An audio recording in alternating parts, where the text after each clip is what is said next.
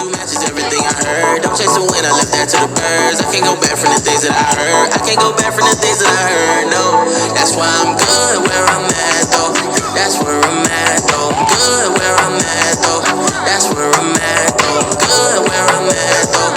That's where I'm at, though. Good where I'm at, though. That's where I'm at, though. Good. Good. Good. Good where I'm at, though. Good. Welcome back to the All Sports Focus podcast on the All Sports Focus Network. We are back here with Troy, Ryan, and Pap. Say what's up. What's up? What up? What's up? Yeah, so today we're going to be talking Super Bowl and a little predictions ahead of the awards ceremony on Thursday night. So we're just going to jump right into it. Super Bowl, obviously it is the Seahawks and the Patriots. I don't know why, but like in my head, I feel like these teams have played like 6 times in the Super Bowl, but I know that just isn't true. But it just feels like such a common matchup over the like 2015 time and later around that time. So should be an exciting matchup though. Obviously, the Seahawks got a big win over the Rams, and the Patriots won the world's ugliest conference championship game over the Broncos. But Pat, who is your kind of just early favorite in this game and why? I'm gonna take the Seahawks. My buddy Chandler right here is a Patriots fan. Wow. So yeah, I'm taking the Seahawks. Drake May's the MVP. Wow. You hear the voice? Ayo, does he know? Bro. Wow, off to a hot start today, Ryan. A lot of holy I'm taking crap. the Seahawks. Just more of just because I hate the Patriots, but also I just think the Seahawks are a better team. I mean, this is probably the widest margin, just like betting wise, because like odds of winning I've seen in a while for a Super Bowl. We're So gonna I think blow that them out. you're gonna them. Yeah. Can we use any of Pap's audio so far, or is it just like This is unbelievable. This is the best start to an episode ever. I mean, wow. Yeah, I just like the Seahawks. I think they're a better team overall, and I think that I'm not gonna say that it's like been a Mickey Mouse run, but it's like been the worst run I've ever seen to a Super Bowl ever. Yeah, I mean, he's not wrong there. Ryan, there's a couple parts you got to bleep out in there, but we can leave a couple of them just for the so the viewers know what we're laughing at, so we don't look like idiots. But Ryan, what are your thoughts here on this Super Bowl? Just kind of early thoughts. I think if the Seahawks don't win this, I mean, number one, as a Bills fan, I'm going to be pissed off, but I just think the Seahawks are the better team overall. I think more well-rounded, defense is better. They've had to play, even if the Rams had won this game, I think the Rams would have been the favorite over either one of these two teams coming out of the AFC. So I think the Seahawks playing who they've played, blowing the 49ers out, beating the Rams pretty handily. They've shown that they deserve to be here. And so I like them. I like the matchup there.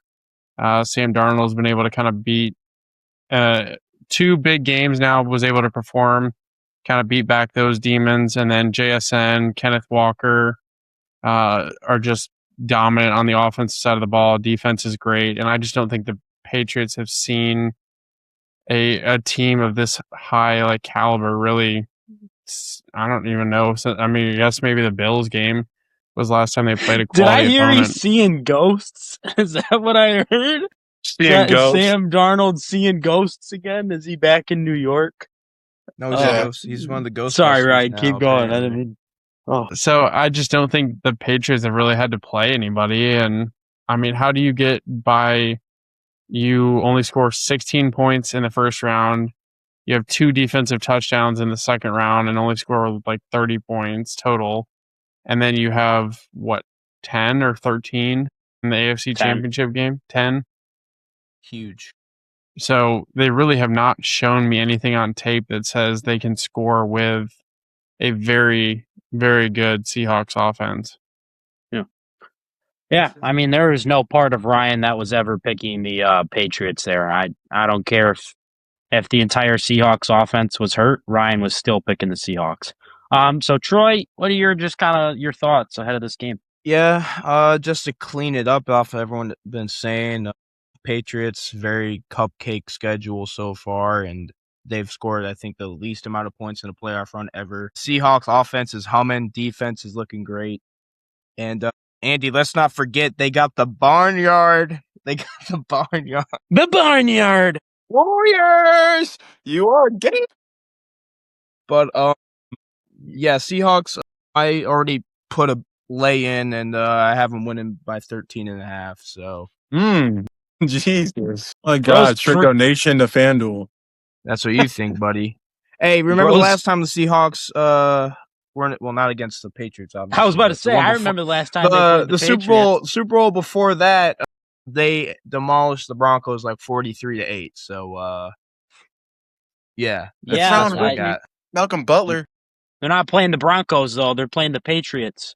And Yeah, but this Patriots team is Malcolm worse Butler than that still Broncos haunts their team. nightmares every Bill night. Belichick's so. not on the sidelines. Tom Brady's not playing.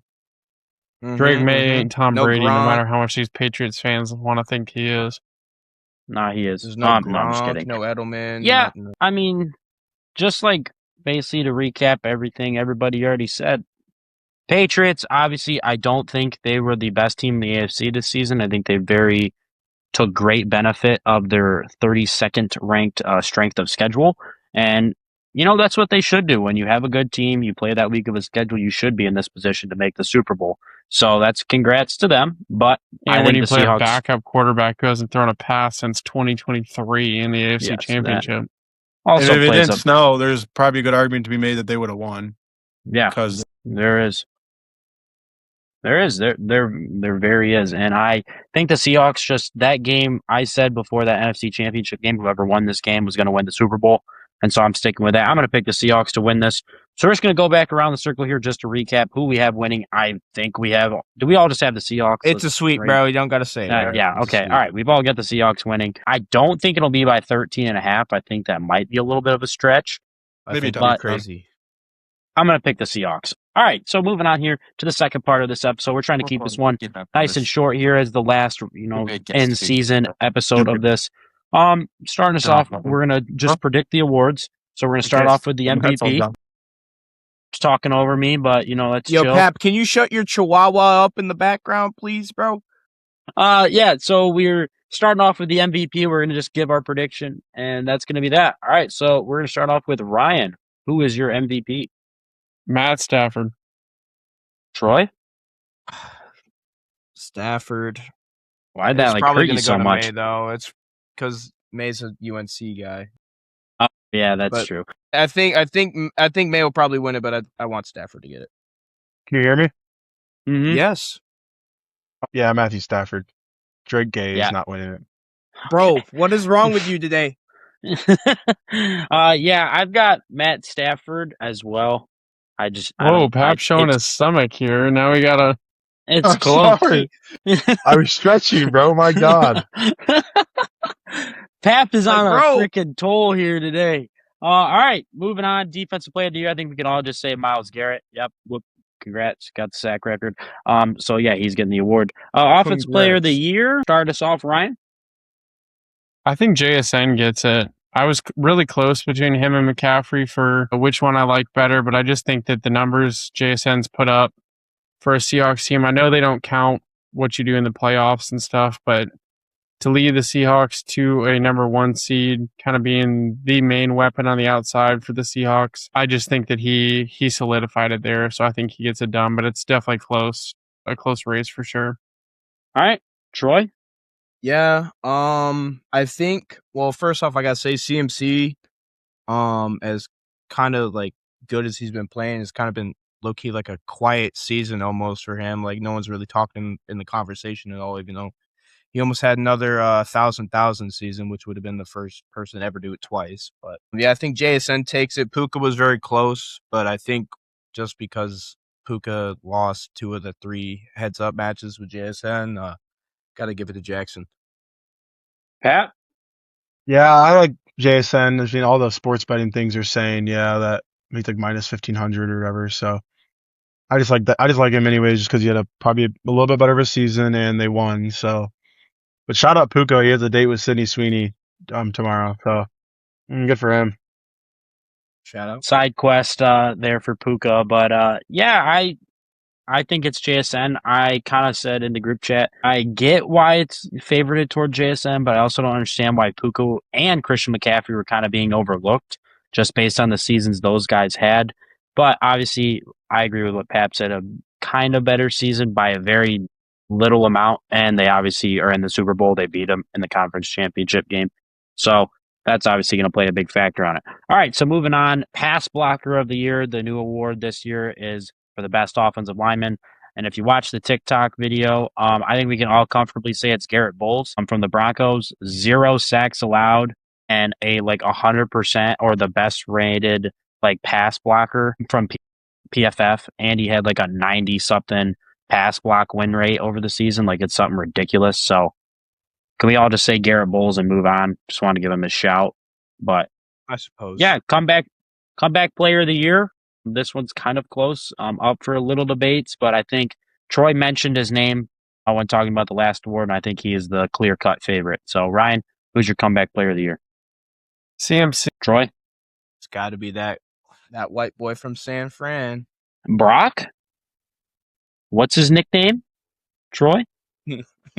CMC, bro. Stop, bro. B?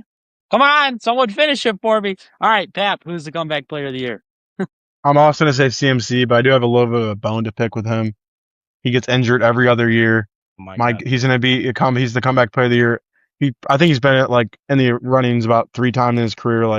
You should only be able to win it once, and after that, just give it up. I think Phillip Rivers should have won that crap, bro. Bro came back out of retirement home. He just deserves it. He did it for insurance. Don't even, bro. He did that shit for the insurance. He didn't do that for the love of the game. He was still cooking, though. No, I mean, he was playing decent. He probably, if almost the beat the defense stepped Seahawks up for him, they probably could have been in the playoffs. But they almost. Yeah, I mean, if his defense didn't play terribly, they could have beat the Seahawks. Yeah, I mean, no, I agree. And he got an interview from the Bills for their head coaching job out of it, getting his name out there. Huge for NFL coaches. Yeah, I was reading an article. Apparently, Brandon Beane just said, would you be willing to move your entire family up here for 5 to 10 years? If this was a long-term thing, because you're only 44. And I guess Philip, he said, you don't have the job for sure, but before we even talk about you as a serious candidate, would you be willing? And I guess that's why ridiculous. He said he took himself out of the race, because he said he wasn't ready to move his family. Yeah, let me move my 12 kids. Give him a couple years. I honestly think when his son graduates high school this next year, I think he'll get kind of like a Josh McCown. I think he'll get a quarterback's coach job and then slowly move up the ranks, because he's smart. You could see the way he breaks down defenses. All right, subtopic. But yeah, I agree with what Pap said on Phillip Rivers there. But I think it has to be Christian McCaffrey. But it's kind of along the same lines as Joe Burrow. Kind of hurt every year, so they're always in the running for comeback player of the year the next season. So got to change that award somehow. But last one here before we hop into the rookies. Coach of the year here. Who's everybody's picks for coach of the year? Ryan, your pick? Mike McDonald. All right. Troy? Vrabel. I probably also was Vrabel. Yeah, I'm going Vrabel as well. I just think leading your team from 4 wins or 3 wins, whatever, the past 2 years before, and then leading them to a Super Bowl, no matter the schedule, whatever you want to say, that's still pretty impressive. So got to give them that. All right, so offensive rookie and offensive rookie of the year and defensive rookie of the year. Offensive rookie of the year, if you've watched the TikTok video, I gave all my predictions, but it hurt my heart and my soul because I wanted to give it to Dart so bad. And I think if Dart didn't miss those games with the concussion, I think he would have gotten this award. But I'll start it here. I think it has to be Ted McMillan from the Panthers. I mean, there's no real other option. Ryan? Yeah, Troy and I were talking about it before we started recording, and I just don't think it's even close. You really can't give it to anybody else. I mean, Jackson Dart didn't play the first couple games of the season when it was still Russell Wilson starting, and then missed a couple for the concussion. So Ted McMillan was the number 1 receiver on a team that was competing for its division for most of the year. I mean, the division sucked, but they were still there competing for it, and all the way to the end, and then made the playoffs. So he was their number 1 guy, and I think that makes him the clear-cut favorite here. Subtle jab at the NFC South. Troy? Obviously, we know your pick. All right, we're just going to go to Pap. T-Mac! Just give a little spiel. It's a pretty important thing that your guys win this rookie year. Man, I just want to thank my mom. She'll start crying. I want to thank the Panthers organization for actually drafting the right receiver in the first round this time. Shout out Xavier Legette. Kind of looking like a waste of a first rounder now that we traded for, by the way. Ridiculous. But yeah, man, it just feels great to know that we have some young talent. That includes Jalen Coker, by the way. He's like a second year and he's balling out. So shout out Coker, shout out T Mac, obviously, and bright future ahead of the Panthers organization there. Yeah, shout out their last playoff win. All right, Pap, who's your pick? Okay. I'd probably also take Tat just because like this year's like class wasn't really great when it came to just like that big offensive star. Tyler Shaw, if he started about 3-4 games earlier, he might have got it. Yeah, I mean, I thought Abuko was going to be the clear-cut favorite after the first 8 Games, and then he fell off, and then Tat was just kind of the last man remaining when he had an average season at best. So yeah. All right, defensive rookie of the year here. No, hold on.